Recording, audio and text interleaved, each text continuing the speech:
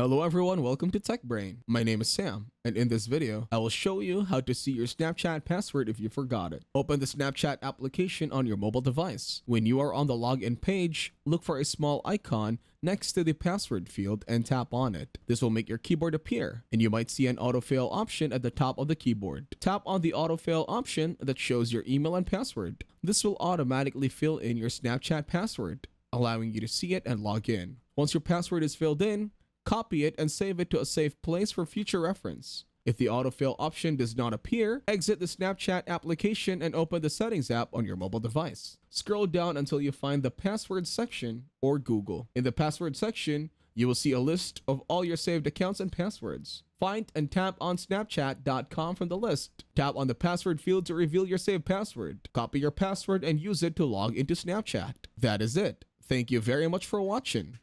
Please make sure to leave a like and subscribe to our channel. Have a nice day.